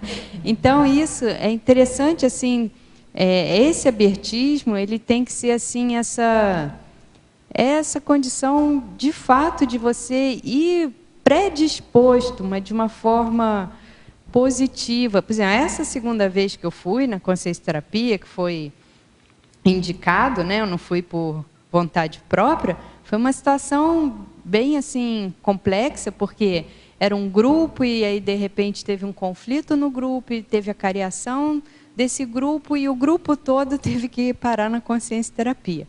Então, já é além de você ir, né, na marra, assim, você ir, porque, agora o caso de vocês é consciência terapia. Você ainda vai com um monte de gente que você está embolado e está em conflito, né? Então, assim, o que a gente nota? Quem foi com uma postura mais aberta, lucrou mais. Quem foi com uma postura mais antagônica, não queria estar aqui, acho que isso aqui foi uma injustiça, não tinha que estar aqui. Aí, pronto, a pessoa já não aproveitou tanto e ela já se incomodava mais com o que era falado, com as dinâmicas que eram propostas. Então, depende um pouco da forma como a pessoa entra naquilo, né? O que eu achei aqui foi o verbete sinergismo, conscienciometrologia, consciencioterapia. É do Everaldo. Depende se tem, que é o do Everaldo. É antigo, do professor Valdo, é daqueles antigos. Acho que é autopesquisa. Mas com o título consciencioterapia não tem. Autopesquisa, pode ter autopesquisa, porque consciencioterapia no título eu já vi todos aqui. Bom, vê a autoconsciencioterapia. Fala. Então, vamos aqui na página 2. na efeitologia, para você ampliar aqui o efeito das heteroavaliações no ajuste da autoimagem, né? E na interaciologia, na terceira linha, a interação, ordenação do micro-universo, autopacificação. Então, esse ordenação do micro-universo, autopacificação, isso é bem interessante, né? Porque é aquela mesma história que eu falei de quando a pessoa está bem gripada e quando ela melhora, ela fala, puxa, como eu estava ruim. Então, isso aqui, quando a gente dá uma organizada na intraconsciencialidade, no nosso micro-universo, depois a gente fica bem mais tranquilo, mais calmo. Uma série de comportamentos, às vezes, desaparecem. E aí você consegue identificar o quanto ainda tinha de ansiedade, de intranquilidade, de conflito, sabe, de coisa mal parada, mas que a gente fica tão acostumado com os autoassédios, né, com a autoconflitividade, que enquanto a pessoa não melhora um pouco daquilo, ela não enxerga. Ela vai vivendo com aquilo, ela acha normal, entendeu? Aí é a mesma coisa que a pessoa que está com sobrepeso, quando ela emagrece, ela, puxa, mas fez uma diferença, né? Então, aqui é bem interessante, a consciencioterapia ajuda nessa organização íntima, né? E o outro aqui, que era justamente o efeito das heteroavaliações no ajuste da autoimagem. Isso aí é aquela história, né? A gente, muitas vezes, tem pontos cegos. Então, a pessoa ela tem uma autoimagem distorcida, em geral, para mais, né? Então, se não tem algum referencial, alguma forma de assim dela ser avaliada até objetivamente, ela continua com essa autoimagem distorcida e, consequentemente, tudo na vida dela fica mais distorcido. Então, isso daqui, tanto no Consim Cobaia também ajuda muito, na consciencioterapia, em qualquer tipo de avaliação que vai ser feita por um especialista, né, um especialista de confiança, um especialista experiente, um especialista gabaritado, e você ganha tempo, porque o especialista ele tem o olho clínico, né, ele bate o olho e, puxa, olha isso daqui, né?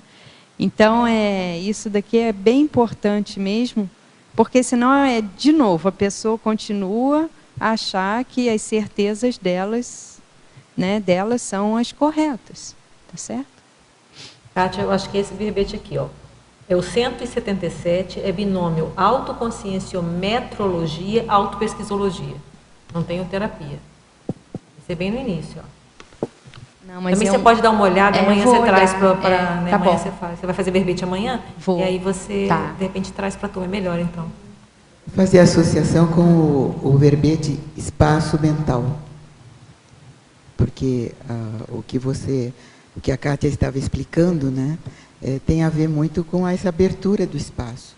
O abertismo consciencial, esse trabalho de elaboração dos acontecimentos, das ocorrências no micro-universo, e aumentando esse espaço mental que favorece a adaptação da pessoa a novas situações, né? Agora, o que eu vejo é que o mais difícil é quando a pessoa tem que fazer a consciencioterapia, não quando ela quer, mas quando ela precisa, né? Então, essa é a dificuldade. E aí ela vai ter que parar um pouco a vida para fazer aquilo. É a mesma coisa quando a pessoa tem um problema de saúde e ela vai ter que parar, entendeu? Então, isso daí, quando a pessoa tem um problema de saúde, ela para a vida. Mas quando ela tem outros problemas, por que também não pode parar a vida para resolver, né? A verbetógrafa.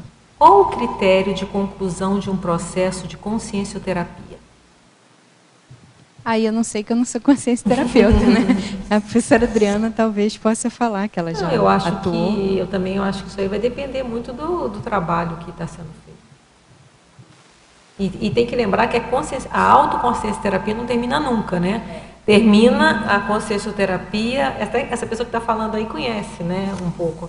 Então, quer dizer, quem tá fazendo a ajuda tem lá os critérios. Agora, o mais sério é que a autoconsciencioterapia continua para sempre, porque vai dar a ferramenta para que a pessoa faça aquilo sozinha. Né? Agora eu vou dar meu depoimento de evoluciente. Né? Geralmente, quando a pessoa assim, ai, que bom, quero mais, aí eles falam, não, agora já está bom, já está liberado. Eu acho que o que eu vejo que é muito sério é quando vê que a pessoa aprendeu a fazer a autoconsciência terapia.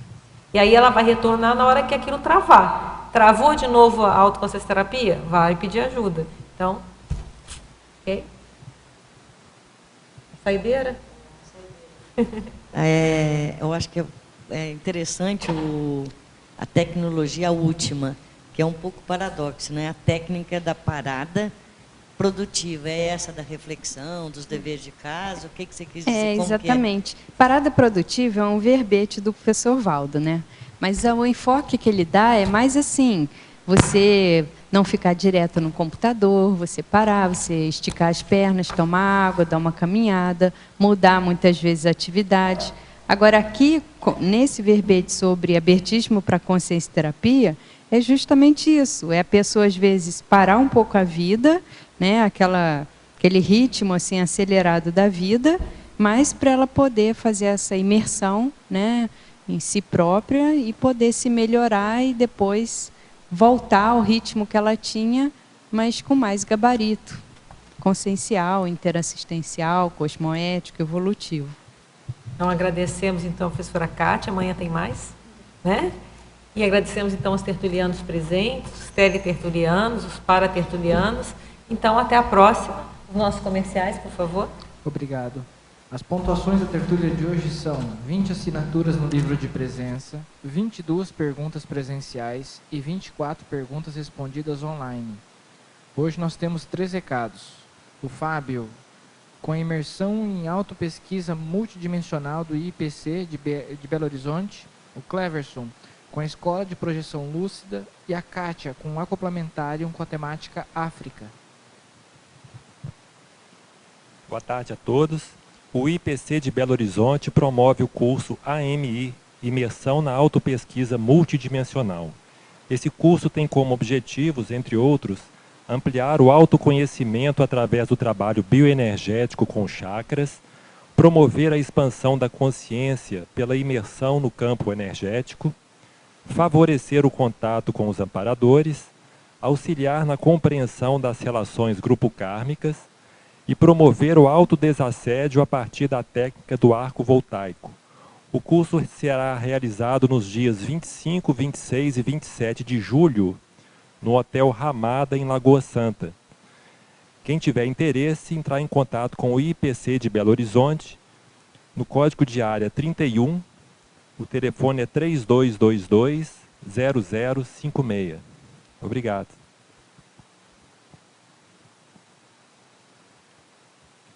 Boa tarde a todos. O IPC também convida a todos a participar do curso EPL, Escola de Projeção Lúcida. A Escola de Projeção Lúcida é uma iniciativa do IPC na formação de projetores lúcidos e no fortalecimento no Mater Pensene da projeciologia, através de uma série de classes teóricas de 1% e práticas de 99%. Tem como objetivo desenvolver a projetabilidade lúcida nos docentes e alunos de conscienciologia, a fim de ampliar a visão multidimensional e o contato com os amparadores extrafísicos envolvidos no fomento e implantação da projeciologia. Tal experiência tem por finalidade a autoconscientização multidimensional dos envolvidos e a formação de grupos volitativos assistenciais, favorecendo a decodificação teática da conscienciologia. Os módulos são estruturados em 4 básicos e 4 avançados. Os 4 módulos básicos são o primeiro, que é a autoconscienciometria, o segundo, autopesquisa projetiva, o terceiro, autodomínio do energossoma e o quarto, interassistencialidade. Esse curso estará acontecendo dia 13 de julho e irá até 16/11. Será aos domingos, das 9 horas ao meio-dia. Telefone para contato 21 02 14 48. Obrigado. Boa tarde a todos. Gostaria de convidá-los para a turma do acoplamentário, cuja temática vai ser África, nos dias 18, 19 e 20 de julho. Os epicons vão ser o professor Tony Muscoff, o professor Alexandre Nonato, o professor João Aurélio e eu mesma. Esse é um curso de imersão laboratorial que acontece aqui no CAEC, né, sexta, sábado e domingo, cujo objetivo é para a pessoa desenvolver o parapsiquismo através do acoplamento áurico. Tá certo? Mais informações na recepção do CAEC. Obrigada.